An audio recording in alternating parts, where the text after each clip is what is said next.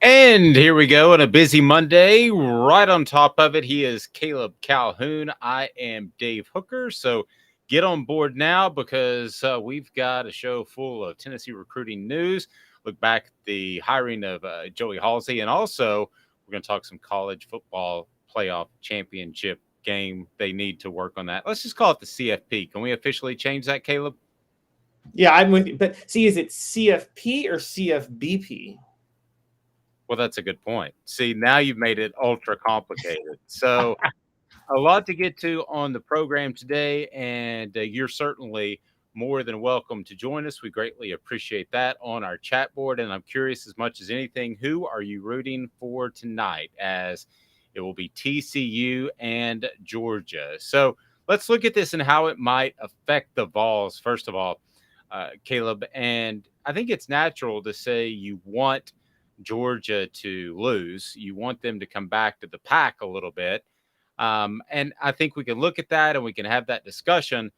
But I've also said that typically you want to root for the conference. Now, that may be antiquated because nowadays there's just basically two conferences in the Big Ten and the Pac 12, or excuse me, the SEC. The Pac 12's long forgotten. So when I look at the SEC, I think they already have a dominant position. So I used to say root for the SEC. It makes the conference look better. To me, they're in this catbird seat anyway. So it doesn't hurt to root against SEC teams. It doesn't hurt if they falter whatsoever.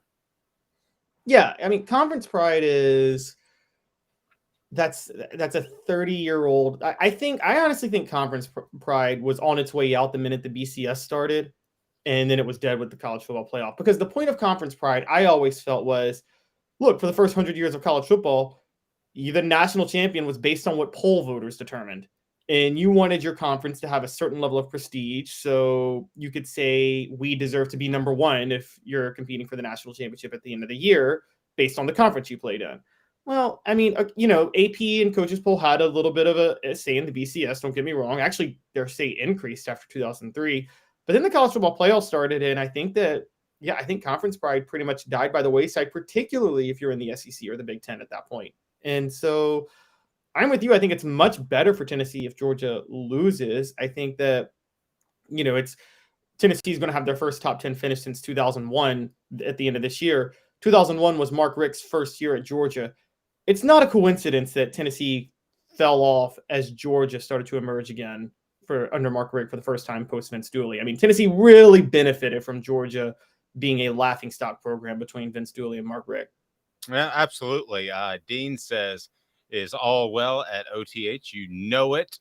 Take a week off to reboot the show a little bit and wanted to move times into the 10 o'clock hour. So that's where we'll be with you at 10 o'clock, Dean. We appreciate that. You're my go-to place for all things UT football. So we're going to take care of you right here and there. So be sure and hit that like button, click the thumbs up. We greatly appreciate it.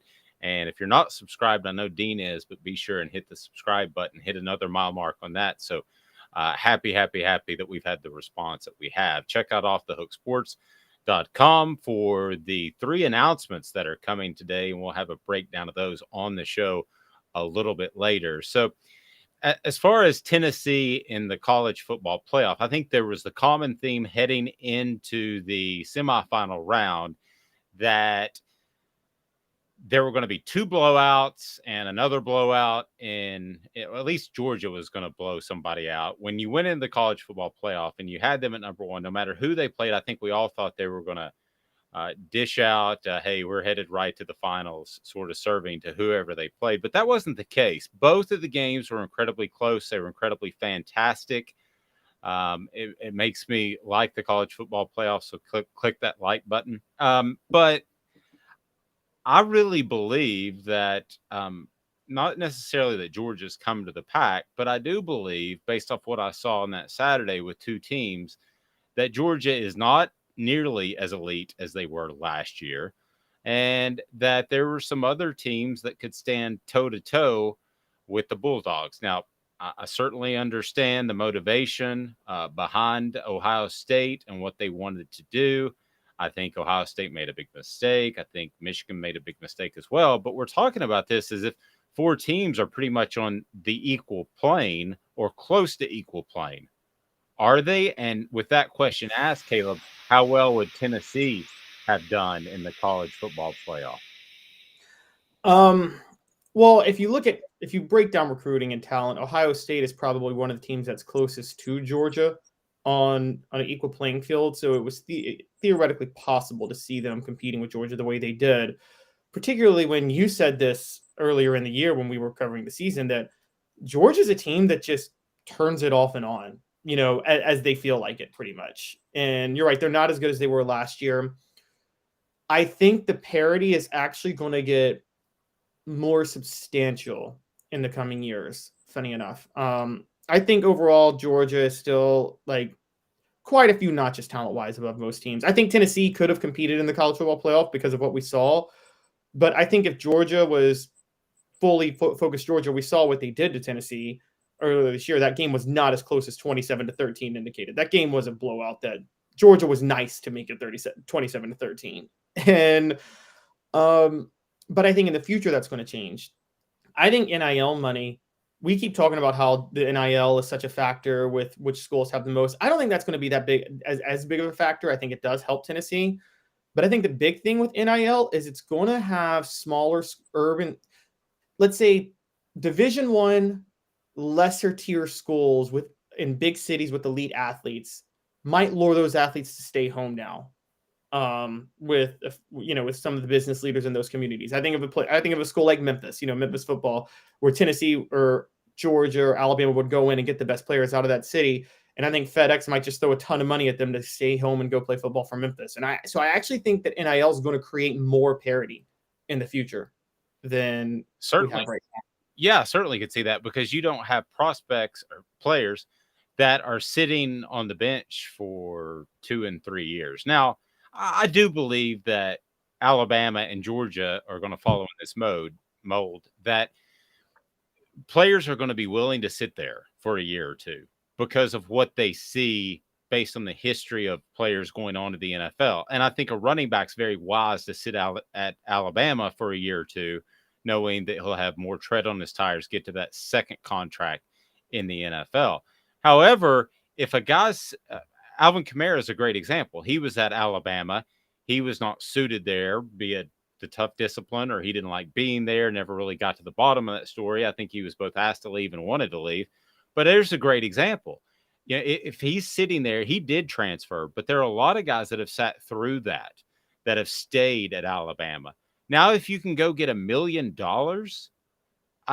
exactly like Alabama takes in the young man from Georgia Tech. If you can go make money, why would you not cruise off? Because now you can put your family in a financial position that they wouldn't be at if you sat there and waited on the NFL for 3 years. Yeah, exactly. It's and you're right. It's not going to affect it's not like an either or feast or famine situation. It's not like Alabama and Georgia are going to just all of a sudden fall off the map because you're right. They're still going to have a certain number of players that they're still going to have a certain level of depth. But you're right. There will be some players that would have stayed that will now go to another school because of the $1 million that's offered at their hometown school or hometown program. And that's where you're going to start seeing the talent dispersed a little bit. And football is a game of injuries. And so, for the longest time, Alabama and Georgia has been this way recently. They can sustain injuries that NFL teams can't even sustain, given the level of depth and how much deeper they are than everybody else. And that's not going to happen in the future, I don't think. That doesn't, again, they're still going to be good. I think location and proximity to home for recruiting talent does matter. So I still think Georgia and LSU and Ohio State, I think those three schools, you can fall out of bed and get a top 5 recruiting class in those 3 schools. So let me ask you this. Tennessee going into the college football playoff, how would they have fared, Caleb? That's a question I have for you because I'm not going to give you the opponent necessarily. I'm just going to say how would they have fared because they could play Georgia, they could have played TCU, Michigan, Ohio State. However you want to wrangle those all together. But let's say Tennessee's part of the mix. What are the chances that they would have advanced past the first round, not knowing the opponent? I know that's incredibly difficult, but your thoughts? I think not knowing the opponent is a little difficult because I'm just going to say up front, I think they would have beaten Michigan, lost a close one to Georgia, and maybe lost a little significantly to TCU. Then that's a crazy thought, but we know what Tennessee's biggest Achilles heel was this past year, and it was the secondary. Yep. And TCU had the best quarterback in the college football playoff, bar none, I think. I think Max Duggan was better than CJ Stroud. And so I don't think Tennessee would have had any answer for him if they faced him. But I think they would have beaten Michigan, and I think they would have been in a close game with Georgia, because I don't think Georgia would have been as excited to play them having to play them a second time. And so I think Tennessee would have given them a bit of a game. Ohio State's a little tough because CJ Stroud is another elite quarterback, but they don't run an air raid like TCU runs. So I think Tennessee would have had a chance to wreak some havoc on Ohio State and make it an interesting game. That TCU was just a bad matchup for them. That would have been a horrible matchup. True. And if you want to root for somebody tonight, Joe says Georgia winning does nothing to help UT. I'm gonna say a little bit. Maybe it does. If the SEC is trying to get the fourth team in that college football playoff, then I believe that can be helpful to say, hey, you've got last year's national champion there. The conference has dominated the postseason for a number of years. So I'm going to say it could help a little bit. But as a whole, you're right. I mean, Georgia, if they're hanging banners, I think it makes it tougher in recruiting to go into those places. As far as where Tennessee where they would have been had they been in the college football playoff, I'm gonna say this. I think they would have competed with either of the Big Ten schools, because especially if either of those Big Ten schools had the same coaching that they had in those semifinal games. I mean, that was just horrendous game management. I didn't like the way either approached that game. Now, TCU, I think that Tennessee, had they played TCU, that would have been one of those who has the ball last. I tend to agree with you that they probably wouldn't have beaten TCU. I think Georgia would have been incredibly close as well. And I know you look at that game and you say to yourself, man, that wasn't close. I watched that game, Dave, and the score didn't determine exactly the difference between those two teams. And I can roll with that, and I can agree with that. I gotcha. I saw what happened in Sanford Stadium in Athens. However, that was such a perfect mix of pregame hype that ended up going against the Vols with the crowd really, really into it. And then you have the other issue of the punt that is allowed to go and wasn't returned and goes inside the 1 yard line. And it's at the student section. I could see that game changing significantly if the first 5-7 minutes were kind of tit for tat, Caleb, instead of Tennessee finding themselves in a hole, that they were actually in the game. I could see that game changing a little bit, but it just seemed like everything went wrong too early for the Vols. That's a good point. And let's also remember when they were trying to come back, it started raining. And I mean, you hate to throw that in, but I mean, doesn't Heupel's offense kind of depend a little bit on some decent weather? True. Because of the speed of the receivers? True. And if you look at the Vanderbilt game, what did they do in the driving rain? They ran. Right, exactly. And it reminds me of history here. 1992, Tennessee, Florida. You remember it, Dave. Heath Schuler's first start against Florida. The pouring rain that soaked Neyland Stadium. That was the reason Tennessee blew out Florida in that game. And it was really the game that made Fulmer a household name. No, I agree. And now the other factor we haven't brought up that Elias did, he's talking about Milton. I do think Milton would maybe be a rough matchup with Georgia, but there's something to be said for giving Heupel's month to prep against a team he'd already seen. With Milton, good point. 2 good points, Elias Gray. Are we talking about Milton going into these college football playoffs? Or are we talking about the team that we watched all year challenge for the number and eventually secure the number 1 spot? Are we talking Hooker? Or are we talking Milton? Because I think Milton, there's still an awful lot of unknown. I would have to take the incomplete. I was assuming that we were talking about the Vols when they were rolling at number 1 and before the South Carolina game. So forgive me if I've jumped to assumptions there. Yeah, that's still a question though, because Hooker, one thing we saw from Milton in this game in the Orange Bowl was Milton is better over the middle than Hooker is. Now Hooker has a way better deep ball, and I mean it's not even close. But How does that factor in against a Georgia team? Georgia would not have played the same soft zone coverage Clemson was playing over the middle to leave those. I mean, Georgia can play really, they can play tight man, they can drop linebackers and spy. It would have been a lot more difficult to complete passes over the middle against Georgia than it was against Clemson. But the fact that Hooker could do that would have maybe made Georgia be a little bit more honest on, because I mean they sold out to stopping Tennessee on the outside against Hooker. They went all out to make sure Hooker was not going to convert any deep balls, and they knew they had the corners to make sure that happened. I think there were times they had 6 safeties over top. So yeah, they definitely did. And I agree with you there. So yeah, the other thing that Elias brought up, going back to his thought, is and I thought about this a lot over the December month and the Christmas break. So you have a situation, please hit that thumbs up button, guys. We greatly appreciate it. You have a situation in which Tennessee has a month to prepare, but you also have a situation in which the other team has a month to prepare. So this is kind of like the old wishbone or option challenge. You know, you remember Georgia Tech ran that for years and nobody wanted to play Georgia Tech during the season. But when you have a month to prepare, it changed things considerably, Caleb. And I think it could change things one way or another. I'm not sure, though, if it doesn't help the opposing team when Tennessee plays them. I actually think you have more time to prepare for Tennessee. Now, that didn't prove true in the Orange Bowl, so I may look a little stupid. But when you have a game that matters and you have a team like a TCU, Michigan, Ohio State, had they had a month to prepare, who does that help, Caleb? Yeah, I'm with you. That helps the other team, and we actually have some evidence of this because Josh Heupel was 1-2 in bowl games at UCF.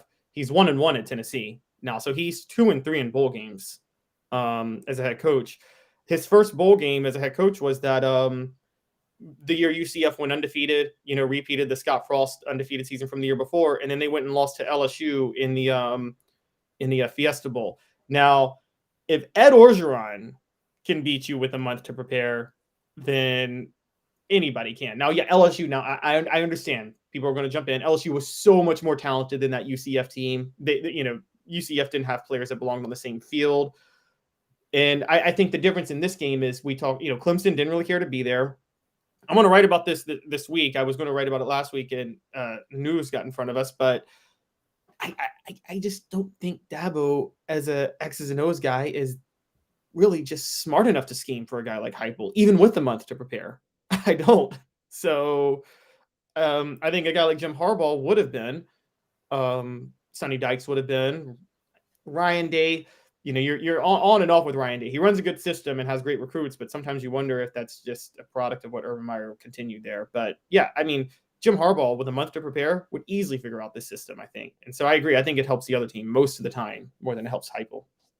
I agree. Coming up, we're going to take a look at the 3 Tennessee transfer prospects that are set to announce their decision today, and it's impact guys. So Caleb Gyro will join us here momentarily from Off the Hook Sports. Always go to that website, and you can check out the latest on the Vols and also some great takes. Also, you've got Cooper and Jacob up there, which we'll continue to visit with, Cooper Mays and Jacob Warren. So a lot going on, brought to you in part by Zach England of Best and Brock. Zach's got your back. Zach England of Best and Brock, the best personal injury attorney in the Chattanooga area. He is absolutely fantastic. And I'll remind you, when it comes to your investments, you have got to go to GIAplantoday.com. Guardian Investment Advisors is absolutely phenomenal because they not only will place your money where it needs to be to put you in the best financial position, but they'll tell you why they're putting it there. That is Guardian Investment Advisors. Call the guys there. They're phenomenal. Back in 2 minutes with a breakdown of Tennessee recruiting off the Hook Sports. Has risen to the highest level in over 40 years, according to the April 2022 U.S. Inflation Calculator. Will your investments provide you the income you need in retirement? Are you losing purchasing power of your savings due to inflation? Simply stated, if the cost of goods and services are 8% higher and you're only earning 4% in your investments, that money buys you less of what you need. Right now is the time to act. Call Guardian Investment Advisors today. Hey folks, Gary Viles here. I want to personally invite you to North Knoxville's newest sports bar and restaurant. It's Big Orange Phillies, located in Black Oak Center. And yes folks, it's happening in Halls. Big Orange Phillies offers family-friendly environment with homemade meals and the best deli-style subs around. Billiards, darts, jukebox, shuffleboard, and cornhole, and a full bar. We also offer valet parking on weekends and during special events. We even have a covered back patio. It's happening at Big Orange Phillies. We want, we need, and we appreciate your business. Hi, Mike Davis here with City Heating and Air, reminding you to always dare to compare. Our team provides quality local heating and air service, installation, and maintenance across East Tennessee. We use only the best equipment like American Standard heating and air conditioning for your residential, new construction, or commercial needs. Honesty, dependability, and customer satisfaction have been the cornerstones of our business since 1961. City Heat and Air. Dare to compare. Chattanooga, we're at it again. For the 5th year in a row, you voted us best of the best criminal and DUI law firm. And finalists for best law firm and best personal injury firm. Thank you for the love, Chattanooga. We won't let you down. Do you want to own the more that owns every job? Then get to Vassey Lawn and Garden in Cleveland and get you a Toro. I'm David Vassey, here to talk to you about Toro. With a Toro Zero Turn, you'll get more out of every minute and you'll reach the finish line faster. At Vassey's, we like to say, no matter if you're mowing 3 acres a week or 11 lawns a day, homeowners and business owners alike find confidence in equipment they can trust from top to bottom. Vassey Lawn and Garden, Highway 60 North in Cleveland. Man alive, it's worth the drive. Got cataracts? We can fix that. Never miss another moment. With a little help from Doctors Campbell, Cunningham, Taylor, and Hahn at CCTI.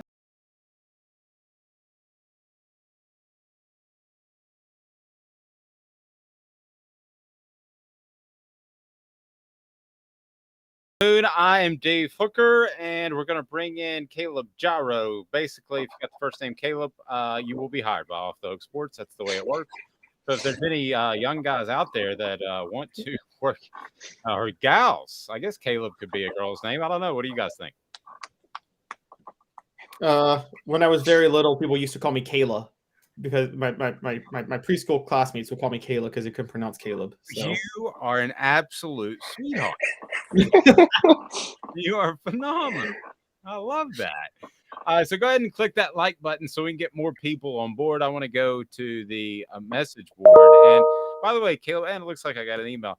Caleb Calhoun, you can see the message board there, right? So I'm going to go to you to get some of these comments in before we get to this big day in Tennessee football recruiting and where Tennessee might land with 3 transfer prospects considering the portal. So they're considering coming to Tennessee, and there are some significant ones. So we'll go back and forth the message board, and Caleb Gyro is absolutely on top of recruiting at offthehooksports.com. So good morning, Gyro. How are you? I'm doing all right. How are y'all? I'm well. Somehow it's a big Monday for Tennessee football, even though the college playoff championship is tonight. So just for the record, Gyro, we were discussing this earlier. How do you think Tennessee would have fit into a 4-team playoff? I'm not giving you the opponent, but how would they have done had they been in it after what you saw on New Year's Eve? I really think it depends on what team shows up on both sides of the ball. So, like, if Tennessee was going against an Ohio State team at its best, I don't think they would beat them. But if they play maybe the Ohio State team or the Michigan team that showed up last Saturday, then they would probably beat those teams. And you also have to look at Tennessee and what Tennessee team shows up. Do we get the Tennessee that went to Columbia? Or do we get the Tennessee that played Alabama and Knoxville? So it really just comes down to what team shows up. And I feel like if Tennessee's at its best, they could probably beat the losers on Saturday, but I don't know if they could compete with TCU or Georgia. Basically, based on, I think Calhoun said it earlier, TCU has probably the best wide receiver in the country, and I don't think Tennessee could stop the 50th best wide receiver in the country. So fair. Dean says, I don't think the Vols would have done well in the Natty this year, 1 or 2 years ahead of where we are. And that's true. But I would like for people to go to offthehooksports.com and read the column that I wrote. I like this new cocky, confident Tennessee fan. I do. And maybe it's a little bit ahead of the curve. Maybe it's not time to be that guy yet, or that gal, but I like it. I like the fan that says that, you could have hung with those teams. And I've said all along that with the Derek Dooleys, the Butch Jones of the world, they crowed about top 15, top 20 classes. The three of us could be a triumvirate of coaches and get a top 25 class at Tennessee. I think it's that strong of a pool. So, especially with NIL. So I like that Tennessee fans are confident. And I think Tennessee could play with either of these two teams. TCU would be a struggle because of the defensive backs, and I think that a game against Georgia would be a real game into the fourth quarter, which it wasn't. So, Gyro, what do we got going on in recruiting? 3 transfer portal guys. This used to be the time where high school kids would come in, but no longer. It's time to stake out college kids and grown men in the airport at Tyson McGee. Yeah, really, if you want to throw in offensive tackle John Campbell out of Miami, we have 4 guys announcing today. So 4 o'clock will be a big hour, but we'll start with 1 o'clock, which is what I think will probably be the biggest news for Tennessee today. You have Dante Thornton out of Oregon. He's a 6'5", 200-pound wide receiver. And he lined up at Oregon in the slot at 6'5". So imagine Jalen Hyatt, but taller, same speed in Josh Heupel's offense. And that's basically what you would get out of Dante Thornton. His film looks amazing. And whenever he was interviewed in the airport, he said that he got along with Joey Halzle amazing. He went bowling with Josh Heupel and said he beat Josh Heupel in bowling. And he also met Joe Milton while he was here. So that's also another ripple into this. I guess Josh Heupel is trotting Joe Milton out as the starting quarterback for next season. So he's announcing at 1 o'clock today. He had 17 catches this year for 366 yards and a touchdown. I think he could be a very big help for Tennessee. And I know Calhoun is talking about it too. Any slot receiver in Tennessee's offense, I mean, you can't really mess that up. In retrospect, will we see, and I thought this during the season, and it would have sounded like pure heresy with the numbers he put up, Jalen Hyatt, will we look back and say that he was more of a product of the system or just one of the greatest receivers to ever lace it up at Tennessee? I really think it'll depend on what he does in the NFL because will his skill set transfer when everybody is the same athleticism as him? And it'll also depend. I mean, he was in a very, very, very, very, very friendly slot receiver offense. So he didn't have much. Everything he caught was basically wide open when he was down the field. So he was getting schemed open. I don't know how much of that he got himself open. You'd have to really dive into that. And I think it'll depend on what he does in pro football. Okay. Your thoughts, Calhoun? Yeah, I'm a little more it's a little easier for me. I'm straight system guy. It reminds me of it reminds me of in the 90s, 95, Joey Kent sets the all-time single-season receiving yards record for Tennessee. He breaks his own record in 96, remains the only back-to-back 1,000-yard receiver in Tennessee football history, becomes the all-time careers leader. Marcus Nash, the year after that, breaks Joey Kent's records from 96 and 95. Guys, what was a common thread from 95 to 97? I don't know. Who was it? Was it Eli? I can't remember. This guy named Peyton Manning was throwing the ball during that time. None of them became anything in the NFL. After Peyton Manning leaves, Peerless Price becomes the number 1 receiver. Doesn't come close to putting up the numbers Nash or Kent had, and he has the best career in the NFL of all 3 of them. He was the better receiver. He just was never the number 1 receiver when Peyton Manning was throwing him the ball. And so, yeah. Okay. Let's get back to Cruton here for a second. I got sidetracked. So then we have Oma. I like to use my Boston accent. Norman Lott from Arizona State. Gyro, what can you tell us about him? So he's another guy that'll be announcing at 4 o'clock today. He's a 6'3", 290-pound defensive tackle. And really with Latrell Bumpus and Byron Young on the way out, if Tennessee lands him, they could just put him on the defensive line today and he'd probably be a starter. I mean, he's a plug-and-play guy. He I don't think he started for Arizona State, but he appeared in 9 games, finished with 14 tackles, and 3 were for loss and a sack. So wherever he lands, he's expected to enroll in spring classes. and he will have 2 years of eligibility remaining. So I think he's a guy that if Josh Heupel and Rodney Gardner pick him up, you could just put him on the defensive line today, and he'd fit right into what Byron Young was. Okay, let's roll on. And then the three of us are going to you mentioned a fourth. The three kind of threw a curveball at me there, but the three of us are going to pick which one would be the greatest addition for the Vols today. And who knows, they might get three, they might get four. I have a feeling this will be a good day for Tennessee. Just a gut feeling after covering recruiting. It's not transfer portal. It's not exactly the same. Just a weird gut feeling. All right, so Davon Sears, a Texas State transfer, who is kind of just graduated up the ladder from JUCO to Texas State. That doesn't sound very sexy playing at Texas State, but a defensive lineman, Davon Sears. What can you tell us about Sears, who's scheduled to announce? Yeah, out of high school, he didn't have a lot of hype, so he went JUCO, and now he's at Texas State. He's also announcing at 4 p.m., so I guess 4 could either be really good or really bad, or a mix of both. But he played in all 12 games for Texas State, and he had 15 tackles, and 3.5 were for loss and 1 sack. And coming out of JUCO, he could be an immediate impact guy. So he's another one that I think with Byron Young on the way out, you just put him on the defensive line and he can play tomorrow. Sorry, go ahead, Jar. No, I was going to say that while we're talking about defensive linemen, it's also worth noting that Tennessee is bringing in David Hobbs and Tyree Weathersby out of high school. But those guys, probably their bodies are not ready for D1 football.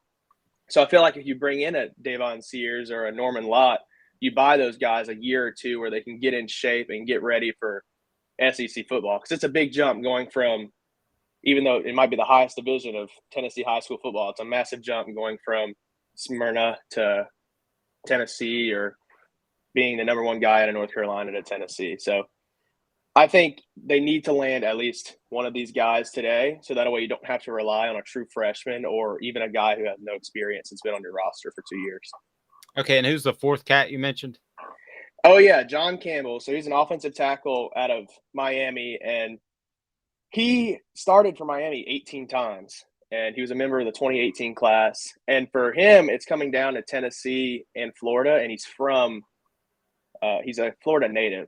So another thing I wanted to mention with these transfer portal guys is, but with the exception of Davon Sears, a lot of these moves would be lateral. So this guy is going from like Miami to another Power 5 D1 school. So at the end of the day, I feel like it comes down to business decisions. So for John Campbell, would you come to Tennessee and compete in a very deep offensive line now that you have a transfer already coming in?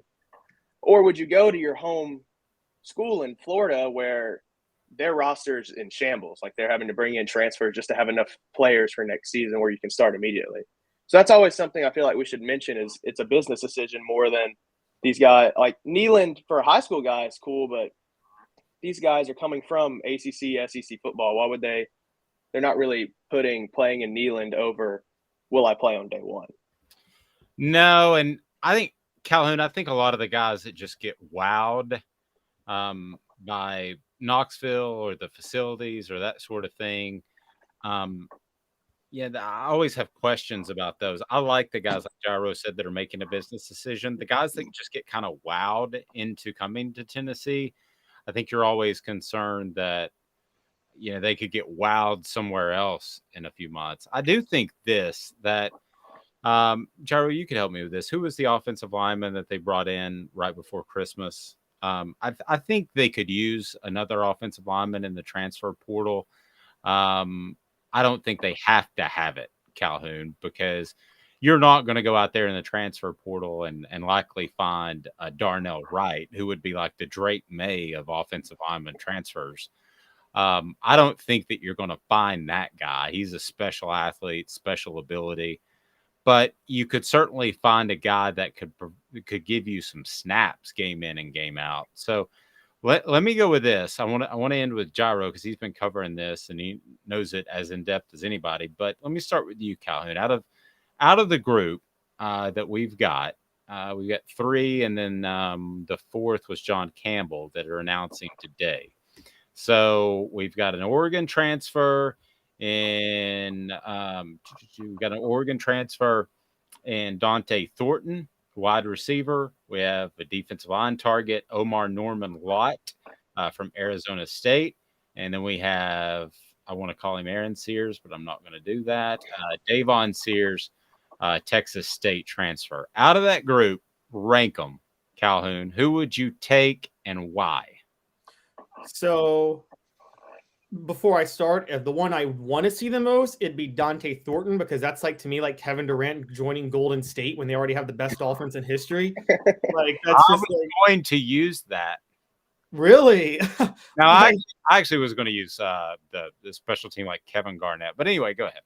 Oh, Kevin Garnett was my favorite player growing up, so I appreciate that too. But yeah, no, like I just that what him and Heupel's offense would be amazing. But as far as needs for Tennessee, I'm gonna go Omar Norman Lott number one. I think they need a defensive lineman more than anything. Norman Lott has comparable stats to Davon Sears while playing at a higher level, so I have more faith in him. I got Sears number 2, and I got Dante Thornton number 3. And just to throw in John Campbell number 4. Also, John Campbell's not committing. He's got 1 year of eligibility. He's not looking to compete for a starting job. I don't think so. All right. So who are you taking first, Gyro? I would have to go probably almost the same order. I think Norman Lott would be one, because he's a guy that Tennessee's probably going to land, I would say. Out of the 4, he's probably the most likely. He entered the portal at the end of last spring, and Rodney Gardner called him the next day, and he ended up staying at Arizona State for whatever reason. And then when he entered the portal this go around, Rodney Gardner was also his first call, and Tennessee was his first offer. So there's obviously mutual interest there. And even with Tennessee's defensive line this year, I would not say they played well for most of the season. I mean, they had games like Pitt where they showed out that they could be a good defensive line. And then you had games like South Carolina where Spencer Rattler could have made a sandwich in the pocket, like if he wanted to. Nobody was back there.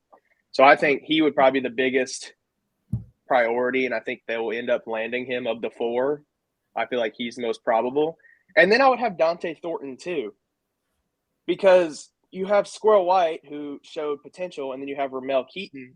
But Dante Thornton has played at this level and had success. And I feel like his versatility in Josh Heupel's offense could give them a lot of leeway if, God forbid, next season you have a Cedric Tillman situation where somebody twists an ankle and they're out for 2 or 3 weeks. You can put Thornton outside and maybe put Squirrel in the slot, or vice versa. So I feel like he would be the flashiest pickup, and obviously would get some momentum for Tennessee.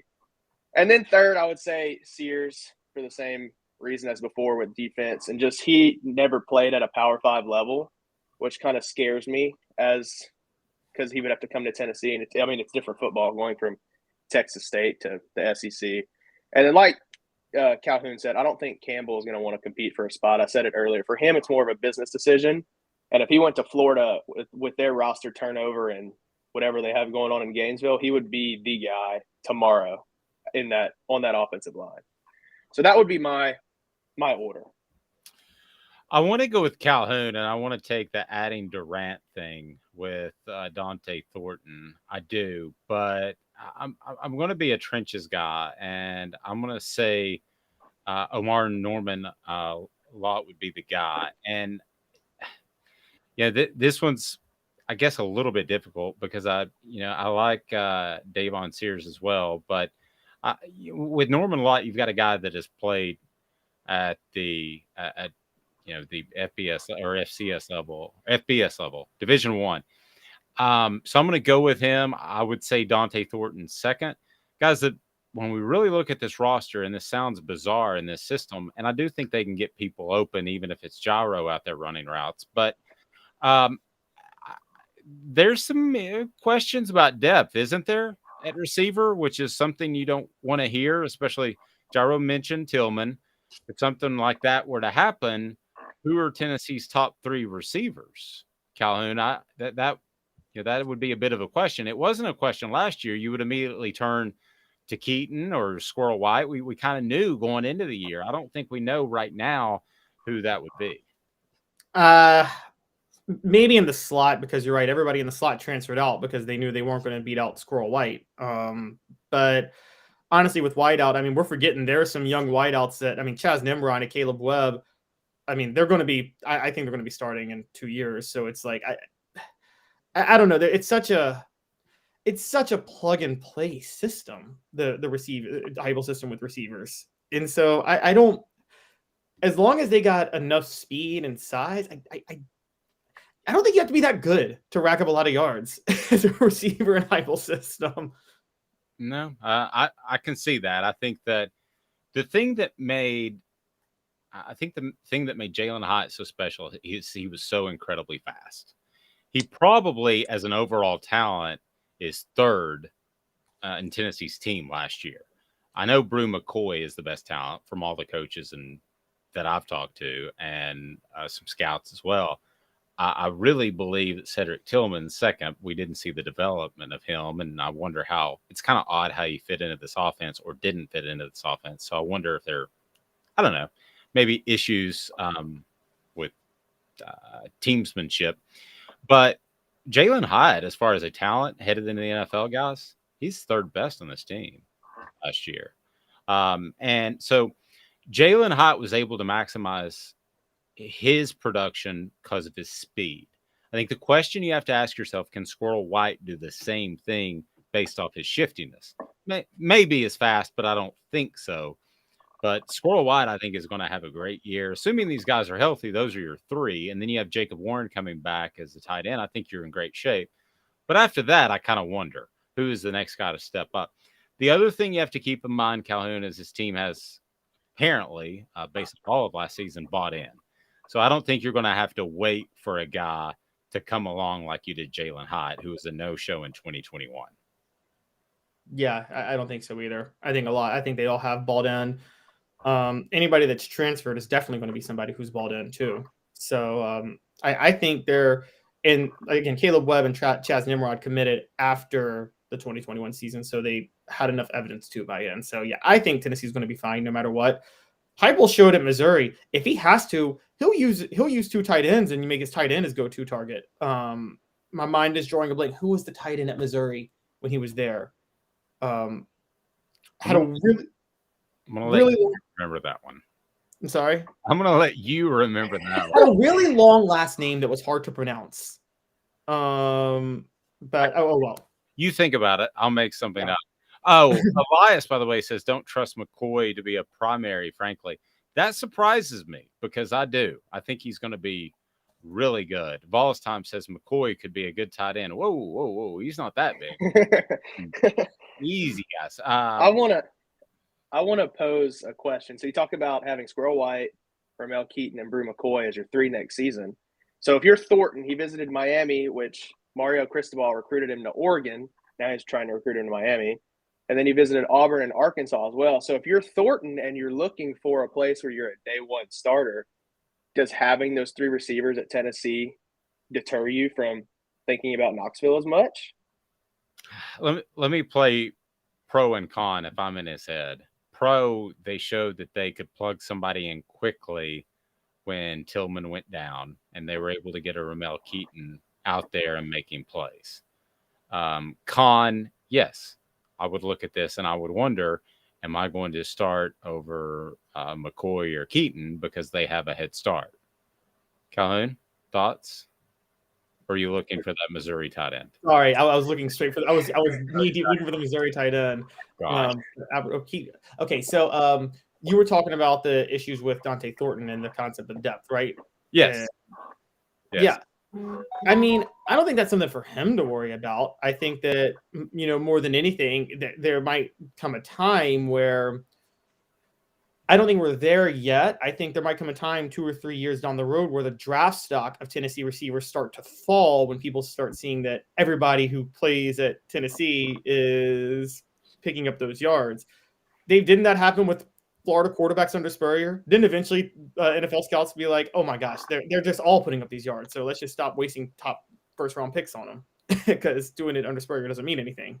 No, I think that was the case. I think scouting, the money's so big now that I think scouting's better. I don't even think it takes a learning curve nowadays. I think they see you and your shiftiness or lack thereof and what you're able to do in the combine and all of that. And if you're wide open, I go back to the Danny Werfel thing in the 90s. I mean, the guy was throwing balls to wide open dudes.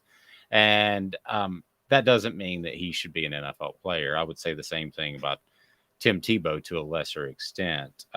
Great recruiting coverage, Gyro. So we certainly appreciate it. And we will talk to you soon. Follow him at offthehooksports.com. What's that Twitter handle, Gyro? For who? Me? You. Oh, Caleb Gyro 16. So my name and 1-6. Because he's a huge Peyton Manning fan. Oh, yeah, for sure. Or Trevor Lawrence. Or Trevor, definitely. Who still has the most gorgeous hair. Just gorgeous. I would get really tired of that hair. I'm trying the beard thing like Calhoun, but I don't know that that's lasting much longer, like as of 1 o'clock today.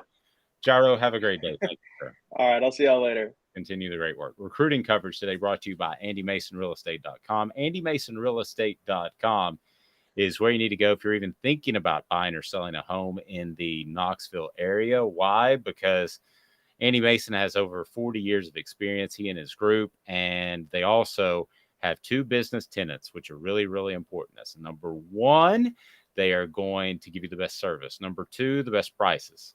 Huh? How about that? That's pretty easy. AndyMasonRealEstate.com. Joshua Dobbs, I think we all fell in love with him a little bit over this last couple of games with the Tennessee Titans, even the national media to some extent. Did he ever have a chance with Caleb Calhoun? I'm Dave Hooker, Off the Hook Sports.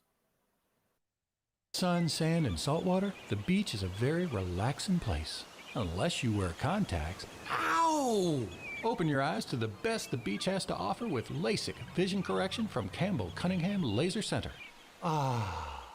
Do you want to own the more that owns every job? Then get to Vassey Lawn and Garden in Cleveland and get you a Toro. I'm David Vassey, here to talk to you about Toro. With a Toro Zero Turn, you'll get more out of every minute and you'll reach the finish line faster.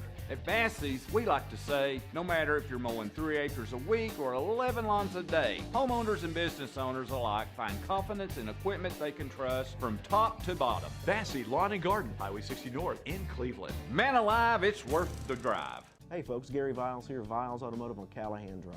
I've been selling cars here in East Tennessee for 27 years. In that time, I've come to realize it's not about the car. It's about you, the customer. So I'm here to take care of you just like family. Good credit, bad credit, you name it, we can get you taken care of. If we don't have it, we can find it for you. We go across the country to get any vehicle that you want. And here at Viles Automotive, we don't believe in fake numbers. We just give you great deals. And as always, we want, we need, and we appreciate your business. Here with City Heating and Air, reminding you to always dare to compare. Our team provides quality local heating and air service, installation, and maintenance across East Tennessee. We use only the best equipment like American Standard heating and air conditioning for your residential, new construction, or commercial needs. Honesty, dependability, and customer satisfaction have been the cornerstones of our business since 1961. City Heat and Air. Dare to compare. Chattanooga, we're at it again. For the 5th year in a row, you voted us best of the best criminal and DUI law firm. And finalist for best law firm and best personal injury firm. Thank you for the love, Chattanooga. We won't let you down. Here we go with Caleb Calhoun. I am Dave Hooker. We're going to get to Josh Dobbs here momentarily. First of all, Caleb Calhoun, I want to get your thoughts of the Joey Halzle officially promoted to offensive coordinator. I didn't think it was a great surprise. I want to get your thoughts. I want to remind everyone to hit that thumbs up button, like it, so we can bring people in via our YouTube channel and more. And be sure and hit share. You can always retweet that. We greatly appreciate it.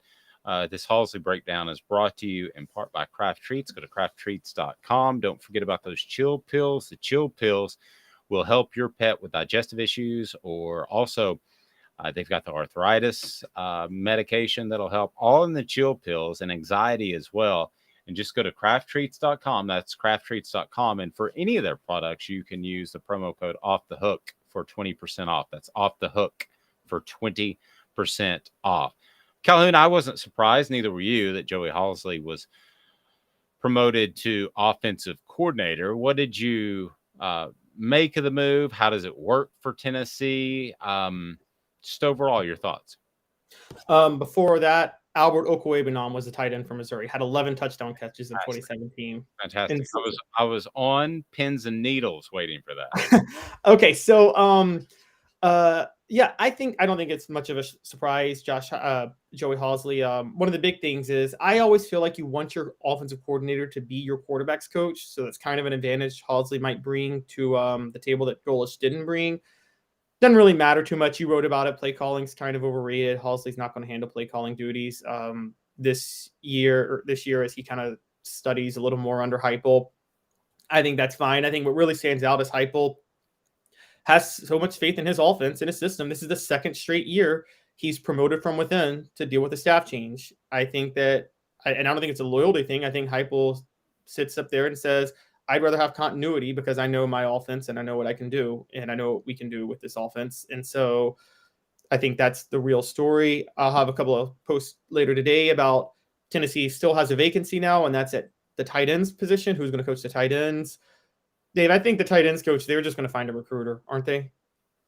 Yeah, I think there are two positions particularly that you can just find a recruiter, and one is running back. I mean, let's face it, run to green. That's basically the way to teach a running back how to run. Either he can do it or he can't. By the way, I'm in the middle of the Bo Jackson book by Jeff Pearlman. Phenomenal.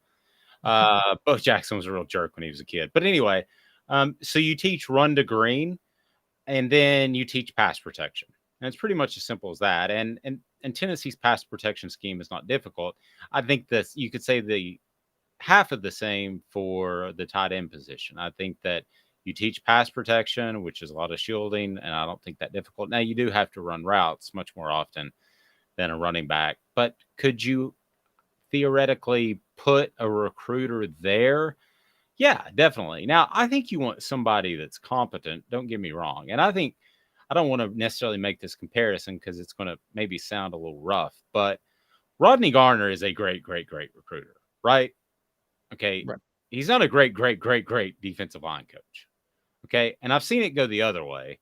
You know, I've seen great, great, great position coaches not be able to recruit, and then that's an issue. So don't get me wrong. No slight against Rodney Garner, but if you can have that recruiting ability and an above average defensive line coach, which I think he is, I think that's ultimately what you're shooting for. But if you have to lean towards one or the other at the tight end position, as far as that coach, I would lean towards, hey, go out and get the best recruiter you possibly can. You? Yeah, absolutely.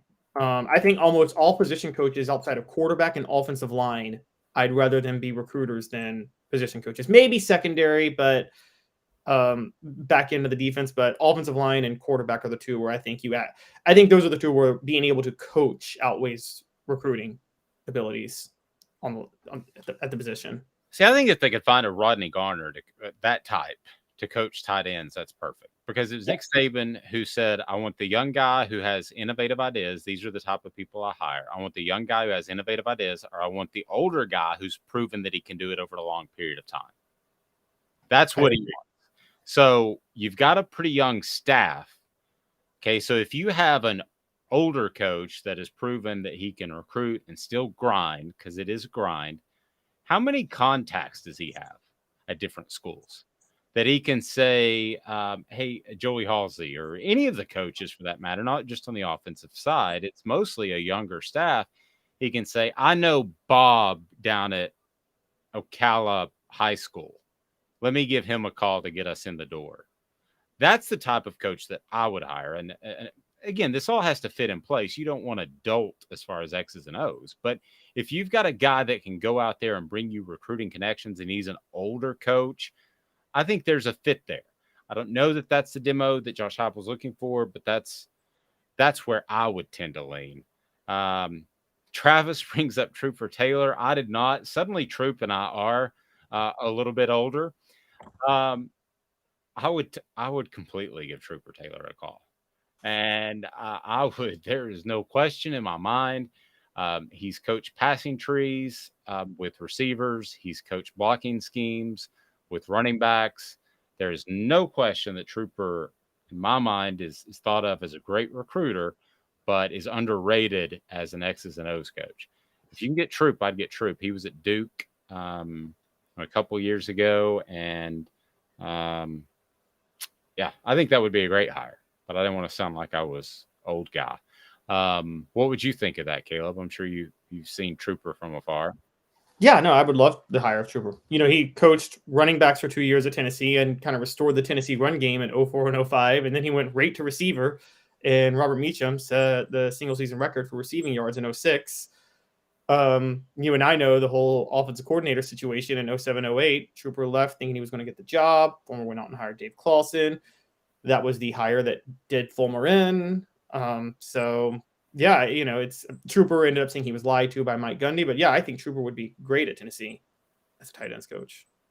Yeah, I would go hire him as soon as I possibly could. Now, the thing about Trooper is, I don't know if it's a sexy hire anymore. I think when Oklahoma State made that hire, it was a sexy hire. And then what you have to remember is Trooper went to Arkansas State for a couple of different reasons.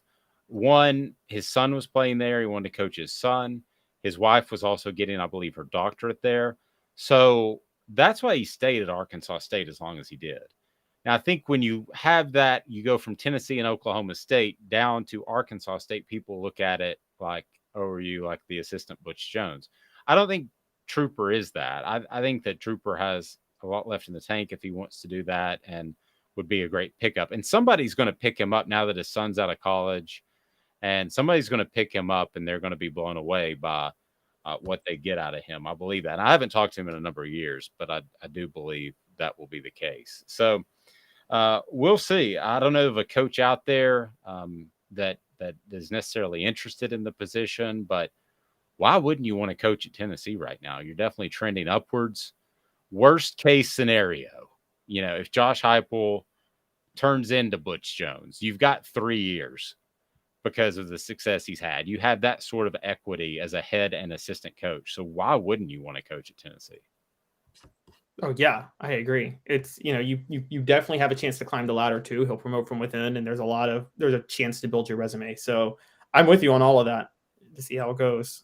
Check out Big Orange Philly. They're in North Knoxville on Maynardville Pike. Great food, family friendly, whether you're watching the national championship game tonight or the NFL. Big Orange Phillies is the place to be. They've got billiards. They've got also they got darts. They got everything. But the food is fantastic, and it's family friendly on Maynardville Pike, close to Maynardville and close to North Knoxville. It's Big Orange Phillies. Speaking of the NFL, I think a lot of our listeners and viewers got into Joshua Dobbs over the weekend. I know the national media did as well, Caleb. It was a good story.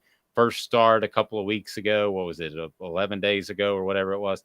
And he comes out, and you tweeted out, and I completely agree, he was handcuffed by the Titans coaching staff. And that's very frustrating. Before we get to that, kudos just to Joshua Dobbs as a former Vol, as a VFL.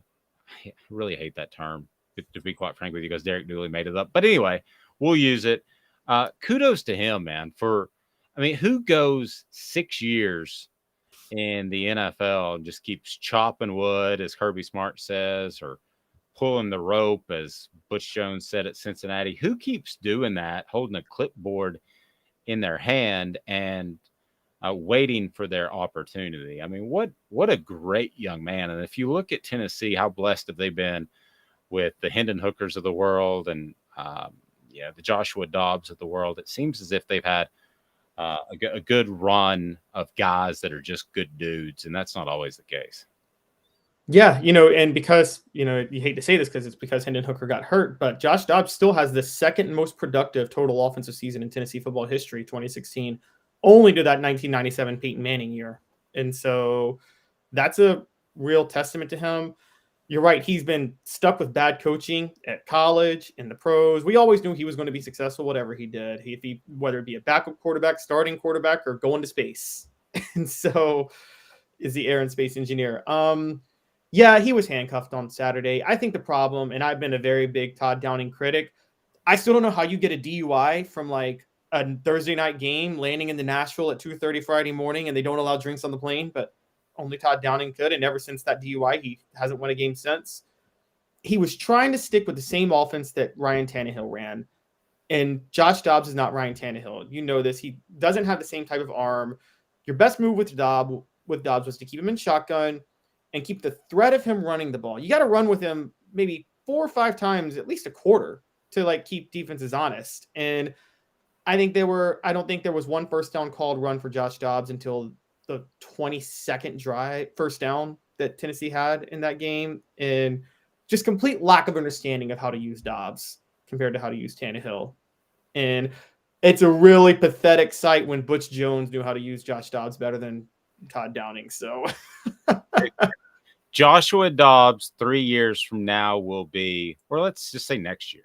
Joshua Dobbs next year will be starter for the Titans, backup for the Titans, or on another team. I'm going backup for the Titans. I don't mind. Look, when Tannehill's healthy, he's the better quarterback. And people forget the Titans were so wrecked on the offensive line this year, which was why it was also stupid to run the same offense with Dobbs at the end of the year, because you probably need to do more quick releases and design RPOs, because that's the only way to keep a defensive line honest if you don't have an offensive line. And so, but I think fully healthy, you stick with Tannehill in this offense.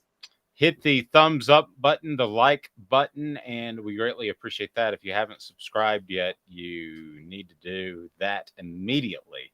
Vols Automotive Group on Callahan, the center of car shopping in Knoxville. Vols Automotive Group is phenomenal, and Vols Automotive Group can handle the financing.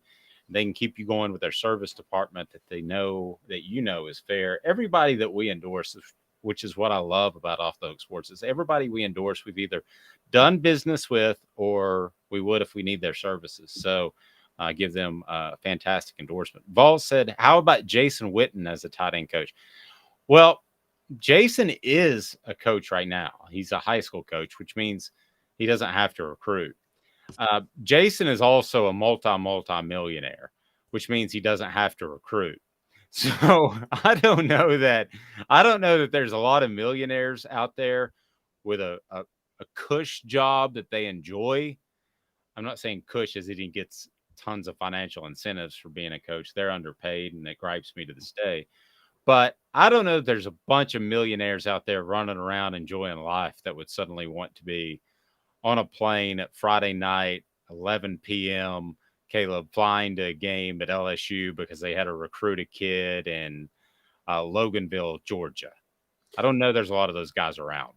Yeah, unless they're trying to climb the ladder to become a head coach at the college level, like, why do you want to be a career assistant coach recruiter? I mean, again, and by the way, the multimillionaires that have been hired as head coaches, Deion Sanders, Penny Hardaway in basketball, they're hired right out of coaching high school. They're not coaching positions in college and recruiting. Well, and Jay, if I'm correct, he'd be 42-ish right now. Yeah. He's about 6 years younger than me. So I don't think that he's going to want to start to climb the coaching ladder in college. So I don't see that. I like to hear it. But I think Jason's a fantastic dude. And by the way, quick riff. Goodness gracious. The Deion thing, prime time, I was bought in. I was in it. I was watching everyone. Okay. And then here's what happened. I get about 2.5 episodes deep, and they've got a bunch of reporters standing next to him during practice, which doesn't happen, everyone. You don't stand next to the coach at practice. I'm just going to go ahead and tell you. It was so orchestrated and stilted for TV, it was ridiculous. That's first. Second, the reporters, the supposed reporters that were supposed to be there, had the exact same notebooks, and they weren't the notepads that you put in your back pocket like everybody uses. They were big, thick notebooks, and they had just been opened, you could tell, for the first time, and they're the same ones. It was totally for TV. It was like reality TV, the Kardashians, except it was Deion Sanders. The next one is they're standing there talking to the coach during practice. Again, never happens. And they go, how about number 7? How about number 13? I'd never, ever in my life ask a coach about one of his players using the number. I would say, how about Landon?